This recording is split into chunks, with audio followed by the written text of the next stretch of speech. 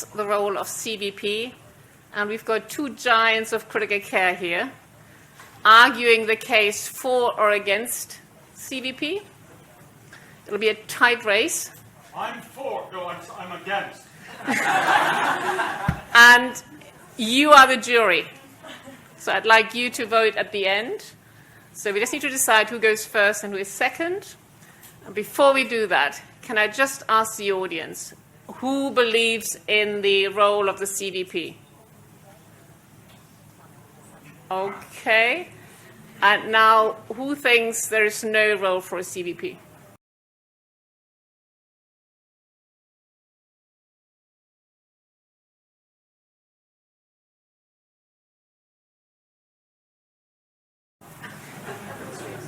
Okay, right. It's up to you, Professor Mayo, to convince the audience.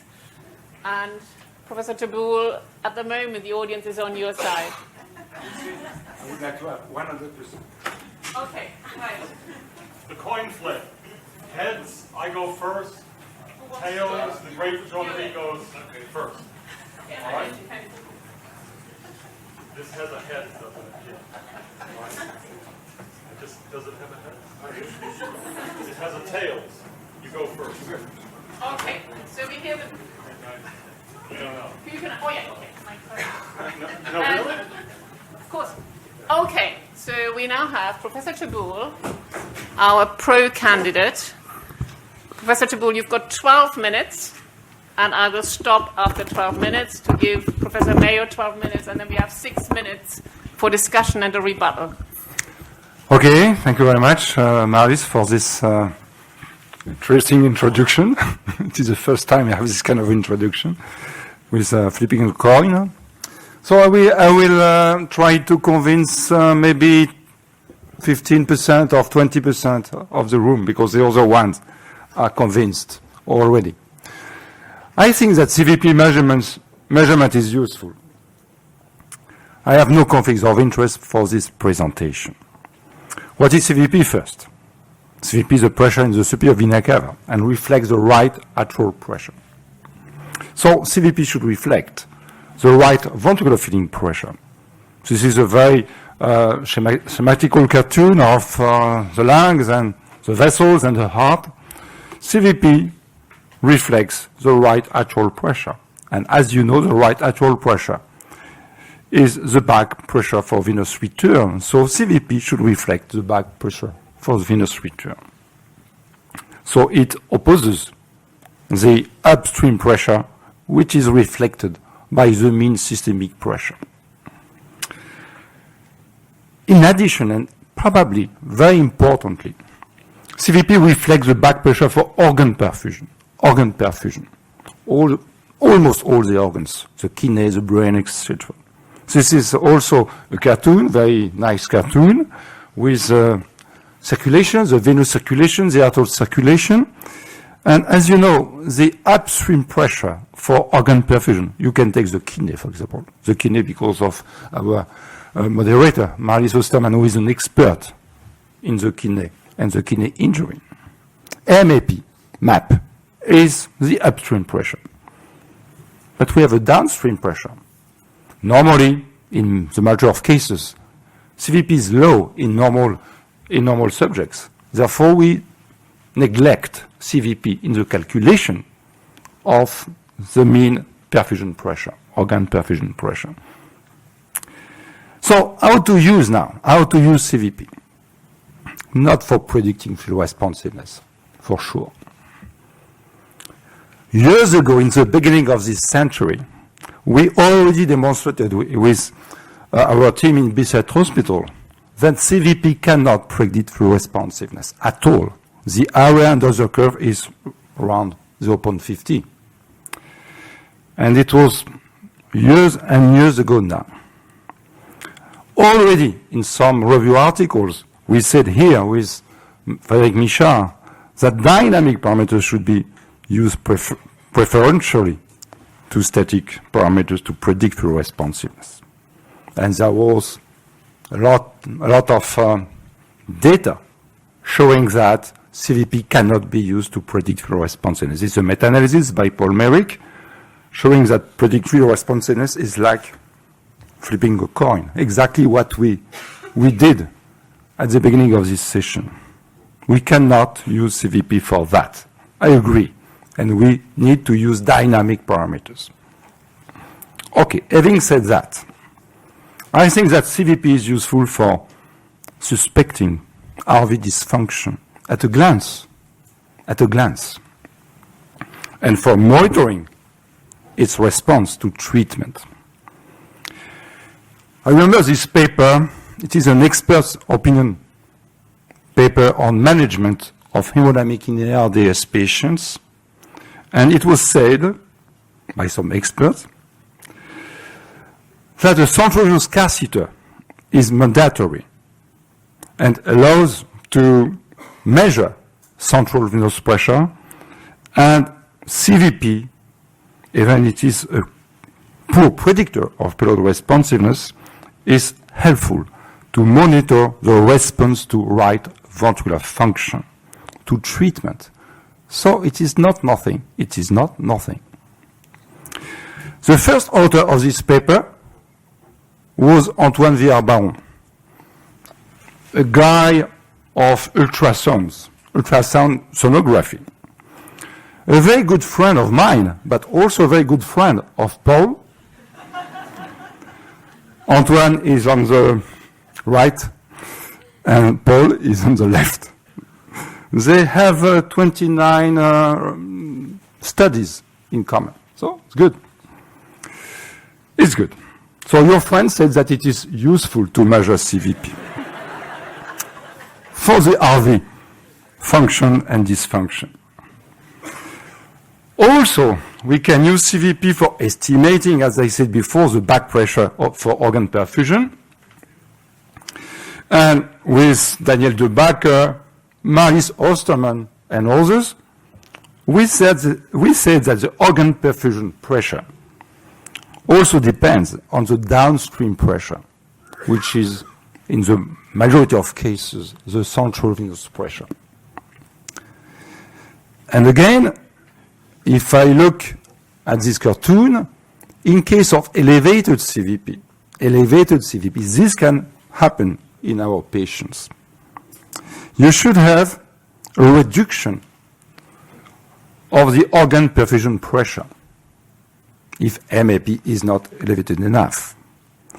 And if I go back to physiology, this is the famous autoregulation of organ blood flow. You can put organ blood flow on the y-axis, renal blood flow, brain, etc. And MAP, which is the upstream pressure for organ perfusion. But in fact, we should consider the difference, MAP minus CVP. And if this difference is below a critical level, you should have a decrease in organ blood flow independently of cardiac output. So we have to pay attention to this value of CVP to select the optimal MAP. And CVP should be considered. Again, this paper by Daniel De Backer and others. Another reason to be very careful in case of elevated CVP is that elevated CVP also can induce edema in the organ. Not only a reduction in the perfusion, but interstitial edema in the organ, because CVP reflects the downstream pressure, and the downstream pressure, if it is high, should promote formation of edema in the organ. And therefore, both mechanisms can result in organ dysfunction. And in the past, we had studies like this from Mathieu Legrand and the team of Didier Payen, showing that the higher the CVP, the higher the risk of new or persistent acute kidney injury. And in this paper, coming from the group of Bellomo in Australia, it was said that in patients with septic shock, higher CVP values were independently associated with worsening acute kidney injury, whereas other hemodynamic indices were not. So it is not nothing. And finally, a paper coming from Marlies Ostermann and showing that mean perfusion pressure, that is the difference between MAP and CVP, but not MAP alone, was an independent factor associated with acute kidney injury progression.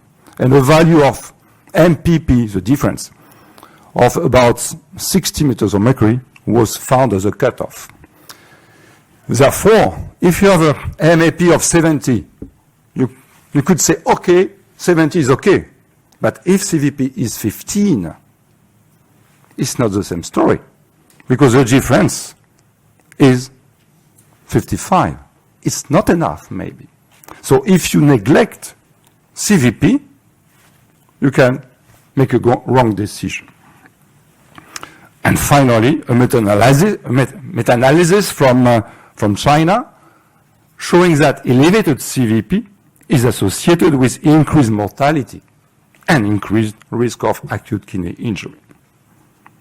So the two take-home messages are that CVP is a pivotal hemodynamic variable since it provides important information on the right ventricular function and on the mean organ perfusion pressure. And again, some papers like this one show that its routine measurement in patients with shock should be promoted.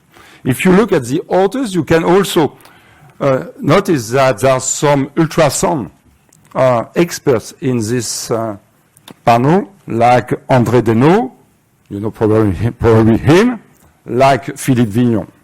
And they confirm and they confirm this statement. Now, maybe CVP can be assessed non-invasively. And H Mayo is the king of the kings about critical care ultrasonography, maybe the Pope, I don't know. So can we do this? Can we use the IVC diameter, for example? I don't want to go into details, but many studies show that it's not possible. There were weak correlations between CVP and the diameter of the IVC in patients with spontaneous breathing activity, for example, as well as in patients with mechanical ventilation.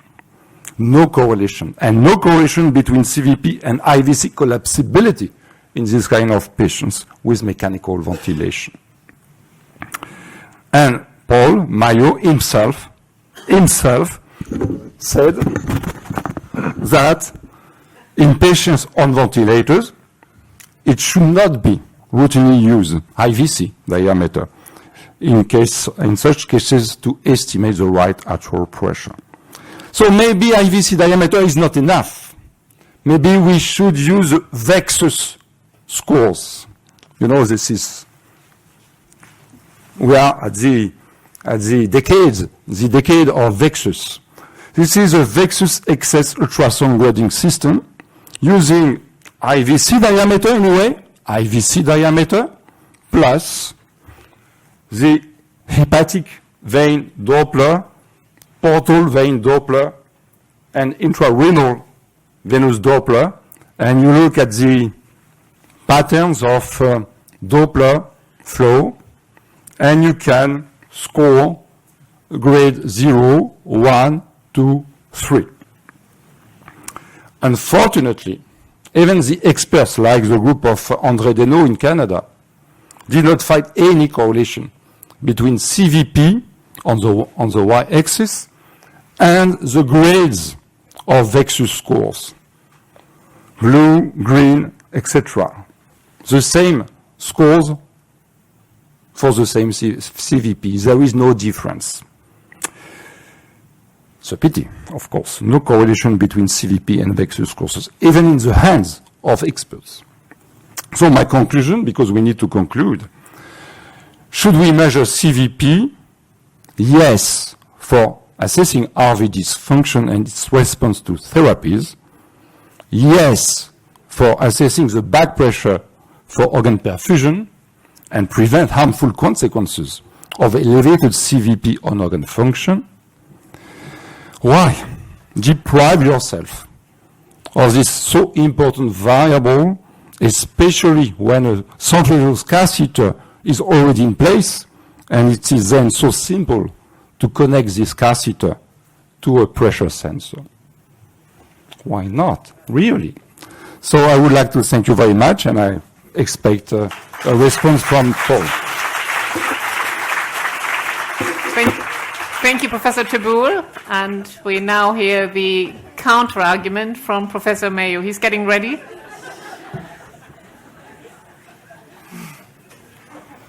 You've got a hard act to follow. This is true. I have a formidable opponent, but I have some slides. He talks about the sky above. I will talk about the mud below where we live. What is the CVP in terms of its actual measurement?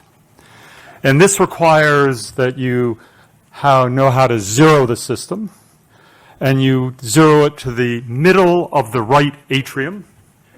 Any significant deviation from appropriate zeroing results in significant errors of CVP, and therefore this is a key part of us in the mud. Small numbers of error will have major influence on the actual value of CVP, which we've quoted here, CVP. Is it accurate? That's the key issue. Well, on the systolic blood pressure side, we don't care if it's a little off. CVP is critical. How do you zero your system? Apparently, Dr. Teboul likes the recent literature, 1906, 1910, 1929.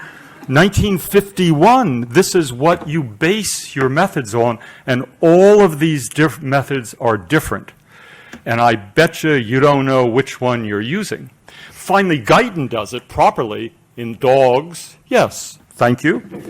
And finally, we have someone who tests all of the classic methods, and this person does it right, off of a CAT scan.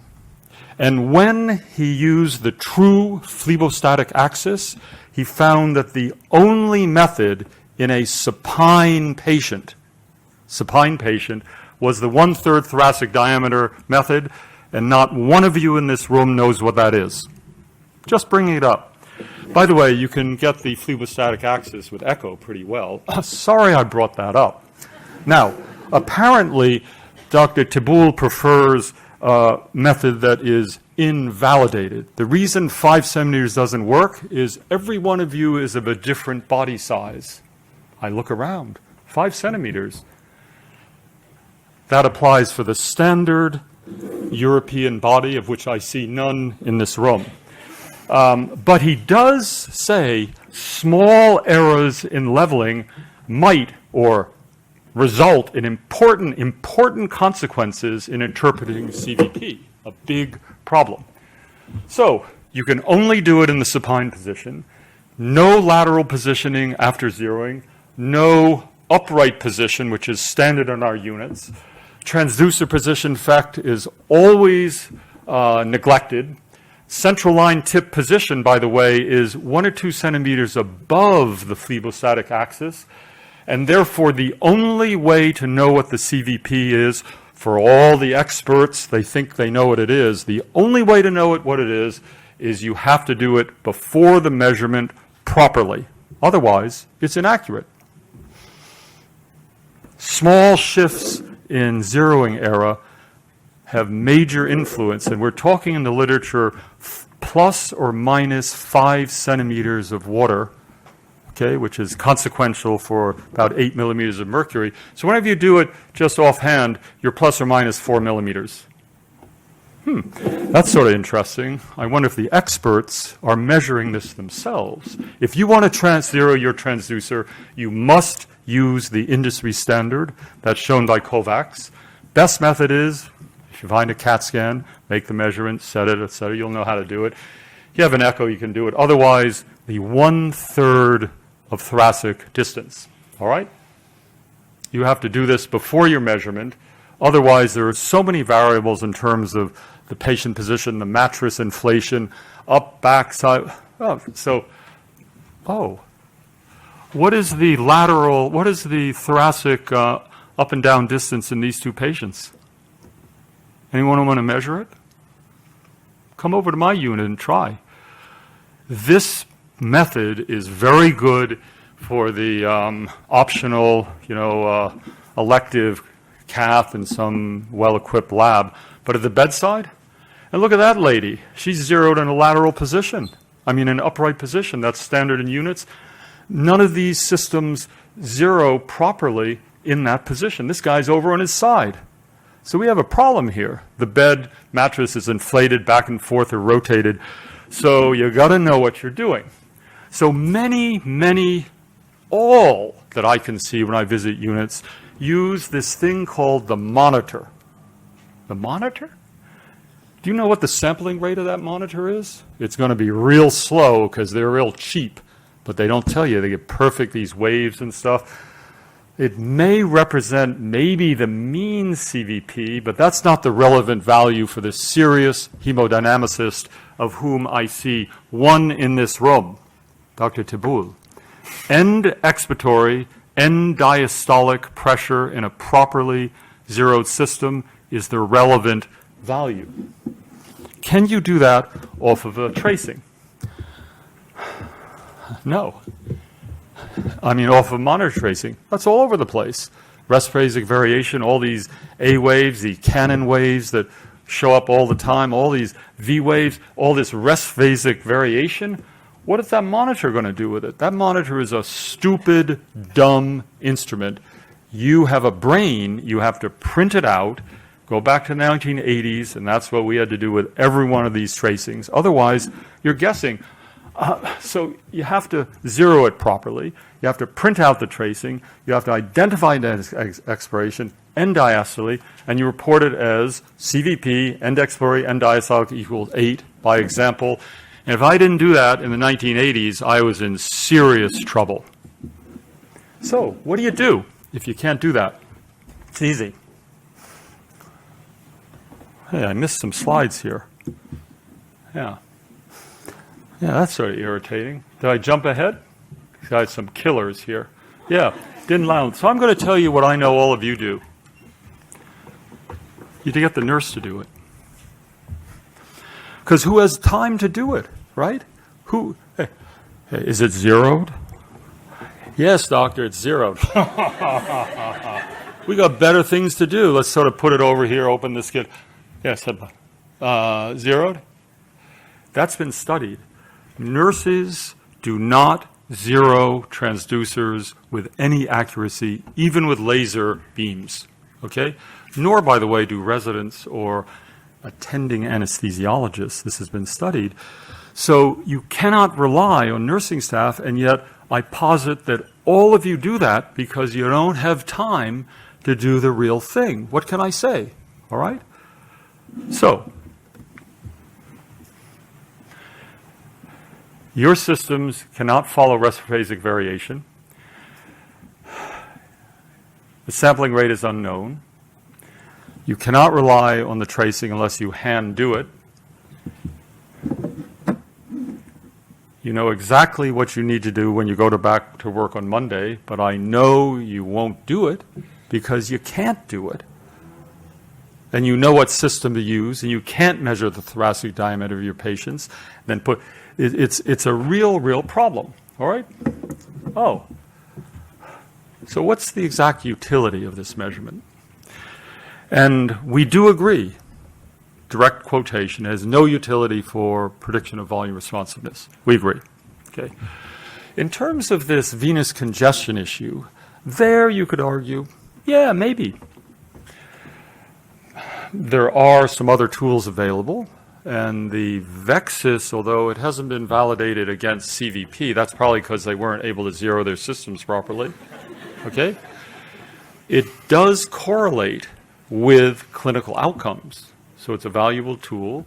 I see, all right, in process, in post-cardiac anesthesia patients, then, all right, so he tells you, okay. And the other thing about is, has anyone measured the real value here, the one that you really want to know? We know what it is. It's the mean systemic pressure That is the key to the kingdom. The CVP is downstream. What you want to know is what is the back pressure at the exit from the organ. Can anybody measure mean systemic filling pressure? All you have to do is speak to Dr. Pinsky. It's available online as a simple formula. But better than that, you can, for $15, build a simple stop flow system, safe, easy, $15, that correlates almost exactly with the older methods of multiple PEEP levels, et cetera, cardiac output, right atrial pressure, things like that, the venous return curve. So I'd encourage you to start thinking of that, and it's a lot easier than CVP. Do I still have another moment here? Of course. Okay, so now I have my riposte. Maybe. I read that thing that it is mandatory in some cases of ARDS. I thought mandatory meant it was mandatory. So I notice the nuance of language. Because those patients are on vasopressors, and we now know that most patients do not require a central line for safe vasopressor use. So I would like to take out that sentence from that statement. A little confusing. The statement says, if it's needed for vasopressor use, if you want to have a central line associated bacteremia, put them in still, right? Instead, avoid central lines, and if you have one in, well, you could try to measure the central venous pressure, but unless you're willing to do it properly, it has no utility. Garbage in, garbage out. It's one of those measurements, all right? And I don't understand how the experts, apparently Dr. Teboul is trying to convince us, because a lot of experts write this, that you have to do it. Are they actually measuring it? Or are they in the sky above, but we're in the mud below, writhing around, trying to make it through the day? What's the CVP? Oh, look at the monitor. Is it zero? I got to intubate that patient. That's our world. So in theory, but in practice, if you're going to do it, use it. And then I will admit it might have utility, but why don't we talk about how to train people to measure stop flow, mean systemic pressure, and also Vexus may have utility. Yeah, we'll see. Did I finish on time? That's because I dropped a couple of the slides. Let me think if what were they? No, we have to finish now. All right, okay. I'd like to invite both speakers now to the podium.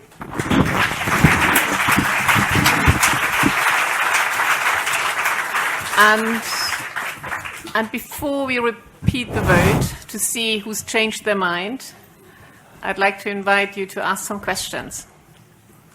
Are there any questions? There's a question here. Sir. And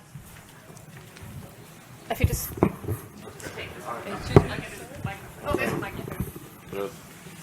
Thank you.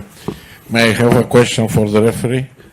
Okay. Okay, because you are the pioneer of demonstrating the place of perfusion pressure in the 60 millimeters of mercury. Do you still think that CVP, decreasing CVP, is more important than increasing MAP in that patients? So first of all, I'm not the pioneer. I copied what others had reported in the literature. The newest. Yeah, but I do believe. And the rest, I shouldn't say, I comment once we've done the vote. Okay. I will let you know. I can try to answer. I can try to answer this question.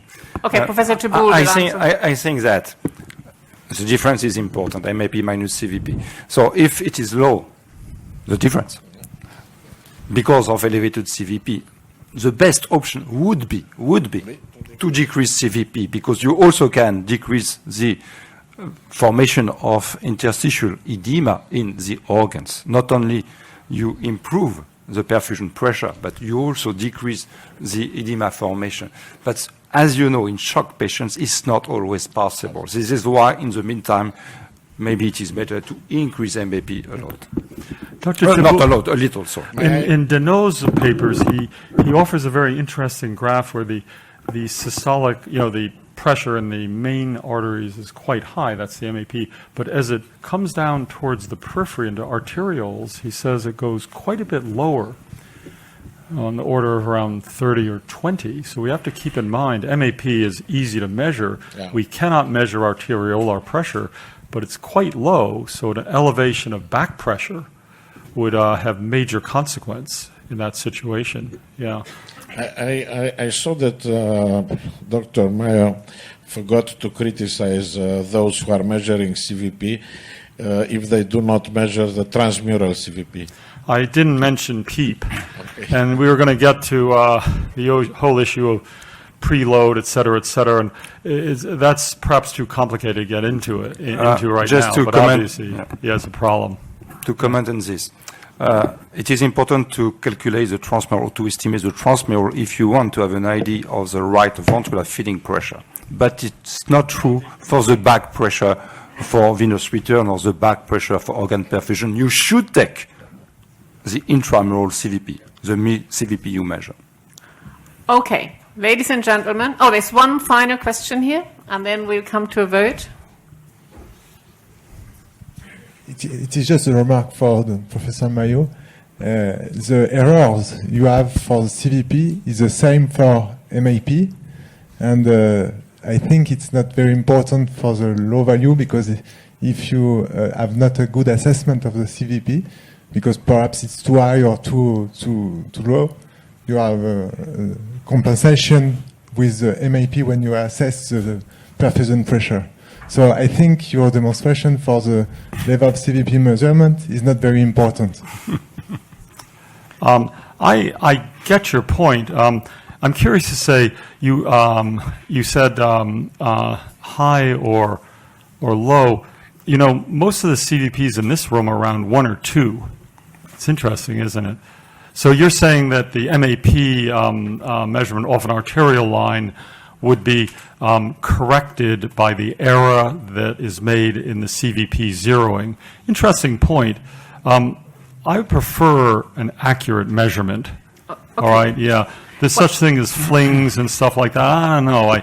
I get what you're saying, but you get what I'm saying. One final comment from Professor Teboul, I would and like then we have to because finish. Paul had the privilege to respond to my presentation, etc. I would like to say that I agree that CVP measurements, okay, we need to be careful.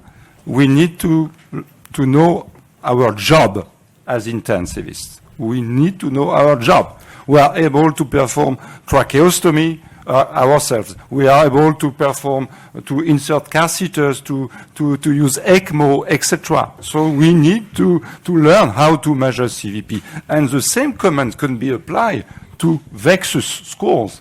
You find this is very simple? No, it's not at all. Okay.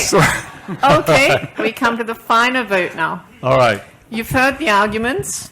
We did a vote at the beginning, and I'm asking who has changed their mind? So who has now switched from a pro to con?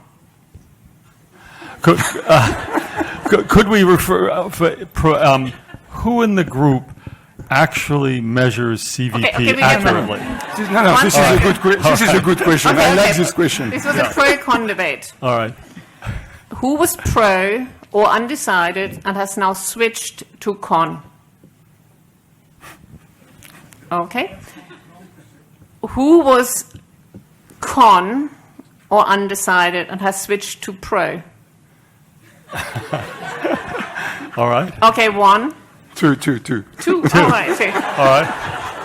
Who has not changed their mind? Okay, but there were 2 people who changed their minds. So, All right. Professor Teboul, congratulations. All right.